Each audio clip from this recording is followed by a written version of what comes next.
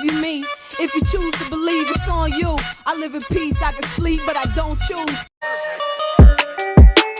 What up guys, Ali here and welcome to Ali Talks Music. Add me on Instagram at Ali Talks Music as well. And don't forget to subscribe and hit the notification bell. Now let's get into the video. So most of us know Angie Martinez as a DJ from Hot 97. Throughout her career, she has conducted several legendary interviews. She interviewed Jay-Z in 2002 regarding his beef with Nas. Her album is hot. Oh, there he goes. What is that? What's that record they got? Angie's record. First things first, watch what you say out your mouth. When you talking Watch your mouth, boy. Here's a couple of suggestions of how you could finesse it. Like Jay-Z better.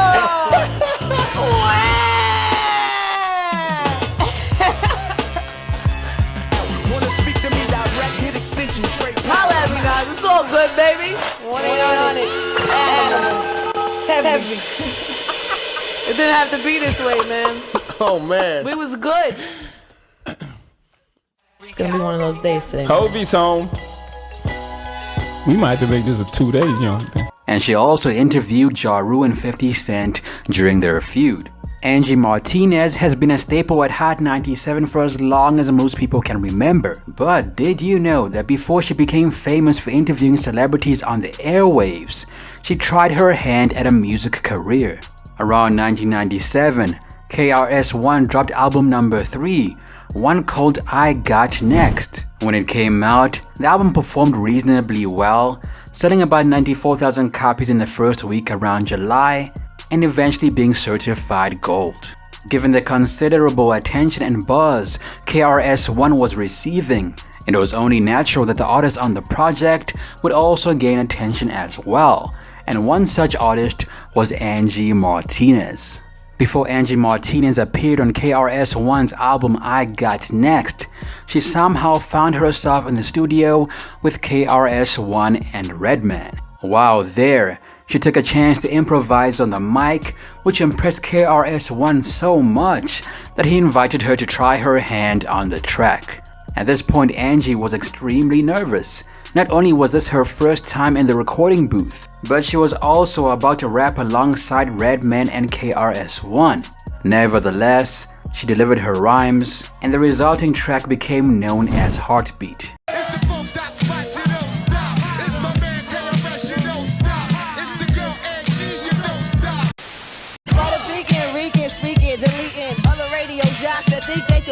But I tell the story of my first experience ever on a mic in a studio, and is with this great man here and KRS-One. Who is my mentor? Who was, for me, so could you imagine for me who had never done this before, for some reason this man KRS thinks for some reason I should try, and then I walk in and I see you, which is even double intimidating, and then you just were so, first of all you were smoking but you were so, like you could have been an asshole to me. You could have been like, get out of here. You know what I'm saying? But you were so like welcoming. You embraced. You were like, try it. What the fuck? And then after you were like, yeah, I can't put that shit on. That shit sound alright. So, after Heartbeat began to gain a following, Angie caught the rapping bug and was very eager to see how far she could take her music career. Also, the same year Heartbeat was released, the movie Nothing to Lose debuted.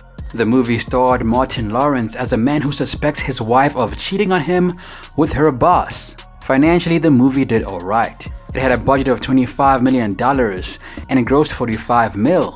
But also, another way the movie managed to make money was through its soundtrack. Now back in 1997, soundtracks sometimes performed just as well as albums, and the Nothing to Lose soundtrack was no exception. It managed to peak at number 12 on the Billboard 200, and spawned a very successful single called Not Tonight, which went platinum.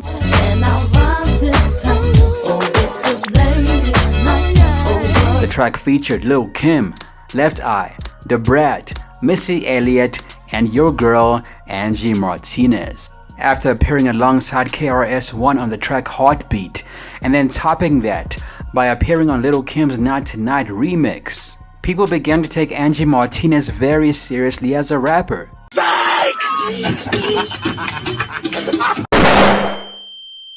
After this, she began doing features, including on tracks like Mary J. Blige's Christmas in the City and Beanie Man's Tell Me the Remix. Angie, are you ready? Yeah. Let's go. Women never shy. Put around the mic. I'm gonna sit down and them really want to make you die. Eventually, the buzz surrounding Angie Martinez was so significant that she decided to focus on dropping her own album with a major label very soon. Through Elektra Records, Angie dropped her debut album Up Close and Personal on April 17, 2001. They say it ain't where you from, that is where you at. But where I'm from, y'all can tell no matter where I'm at. Being very connected in the industry as a DJ, she and her label managed to enlist some of the biggest artists in the game, including Jay-Z, Snoop Dogg, Busta Rhymes, Mary J. Blige, Wyclef Jean, and Fat Joe. With all these influential musicians backing her, Angie Martinez was making a very bold statement. She was essentially saying, "I'm here now, and I'm respected by all of your favorite artists who are also on my project." Not only did she secure some of the hottest rappers and singers for her album, but she also worked with some of the biggest producers in the business, including the Neptunes, who produced the first single off the project called Damn Things. Cause you got that thing, and we can do big things, but go easy like I told you before. Now, if you've paid attention to the album release formula from the 90s and early 2000s, it typically went like this. The first track that dropped from a project was usually for the clubs, the second track was more introspective, but still suitable for club play, and the third track often dealt with a problematic relationship. Angie Martinez followed this formula very closely. The first single off her project was unmistakably made for the clubs. In fact, the entire music video was shot in a club setting. The second single, Coast to Coast, featuring Wyclef Jean, was more introspective but still retained a club vibe. Coast to coast, New York to Chicago, East LA. Interestingly, Angie did not release a third single, which is often not a good sign. Typically, if an album is performing really well, the label will push out as many singles as possible to capitalize on the momentum, with 3 singles usually being the minimum. In terms of sales, Up Close and Personal debuted at number 32 on the Billboard 200 and sold about 69,000 copies in its first week. So, at this point, Angie was doing okay. I'm in a different city every weekend. Who knows where I'll be in a few months? I'm taking a week off and I'ma do a West Coast run. Do a bunch of shows, hit as many cities as possible. I'll take another week sometime in September and do the same thing. So as far as album number 1 goes, Angie came out of the gate swinging, and she tried to show the world that she could hang with the biggest rappers and musicians in the game. But when album number 2 dropped, that's when the chink in her armor began to show. Before the album dropped, Angie did quite a bit of promotion for it. She appeared on BET's Rap City, where she dropped some very sketchy bars. And she also made sure to do a lot of radio promotion as well. The album came out on August 20th, 2002, and sold about 62,000 copies in the first week. Once again, Angie had a host of big name artists on the album. These include Khalees, Missy Elliott, Fat Joe, and Lil Mo. However, if you look at the track list, you can clearly tell that this album had less features than the previous one, which might suggest a smaller budget for Angie's second album, or perhaps a desire for her to shine more on her own, but it's probably the former. The first single dropped from the album was called If I Could Go, featuring Lil Mo and Sicario, which also appeared on the soundtrack for the movie The Transporter.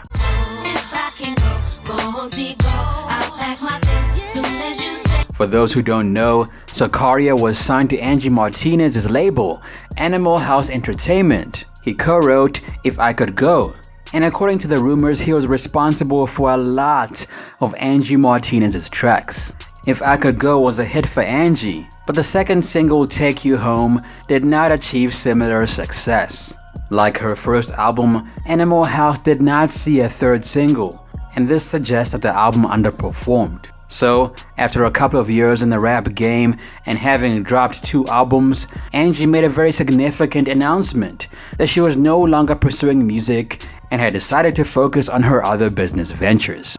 So the question is, what happened to Angie's career and why did she choose to bow out of the rap game? The first issue is that Angie Martinez's albums were not achieving the success that the label hoped for. Both albums sold under 100,000 copies in their first week. And while the first single from each project performed reasonably well, the second single generally failed to make an impact. This lack of success with the second single was not enough for the label to consider dropping a third. Despite being well connected and collabing with so many prominent artists in the industry, Angie faced some challenges. She was in the company of rappers who were very serious about being the best in rap, skilled in freestyling and writing their own music. Talents that Angie herself did not possess. Another factor that hindered Angie Martinez's rap career was her dual commitment to her jobs. She was juggling her responsibilities on the radio alongside her responsibilities as a rapper,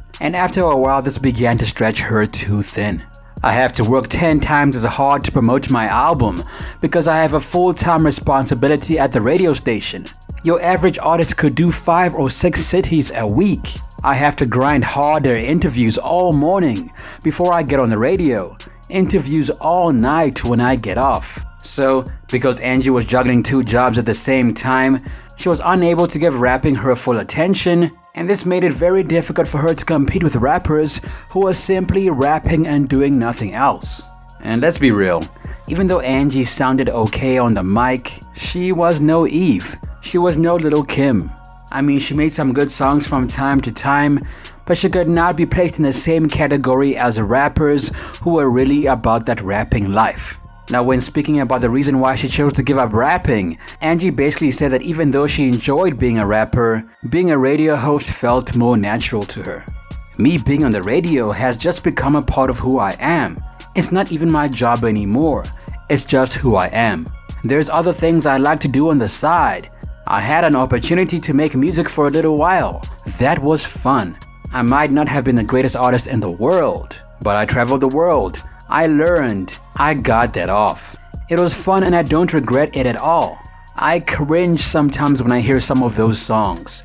I really can't. I don't want to disrespect the producers or anybody else, but it's like looking at an old high school picture of yourself. You're like, oh, there's that picture again. Or, there I am in that outfit, or saying that stupid thing again. It's that type of thing. I don't think I'd go back to making music. That was an experience I had, and it was great, but it wasn't a natural state. Now, do I believe Angie's reason for quitting rap? Yes and no. On one hand, I believe that Angie was truly meant to be on the radio, because that's where she sounds at home. However, I believe that if Angie had sold about 500,000 copies of her album in the first week, she might be telling a different story. A significant reason for her departure from rap seems to be that her albums did not sell many units. It's important to remember that her albums came out around the early 2000s, a time when the criteria for a successful album were much stricter than they are today. Ultimately, Angie Martinez tried something new, and she managed to drop 2 albums in the process. That's admirable.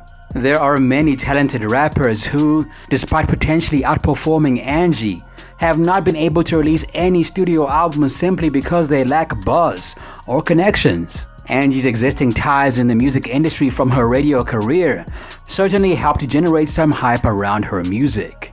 Not that many rappers can say that they were inspired to rap by KRS-One personally, so Angie did her thing.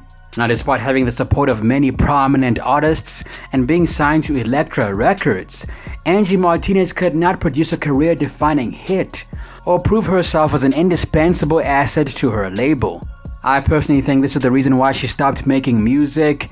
However, from Angie's perspective, she felt like music was not deeply ingrained in her soul as much as radio was, which is why she chose to leave the industry. That's it for me, it's your boy Ali. What happened to Angie Martinez's rap career? Let me know down below. New What Happened 2 video dropping soon.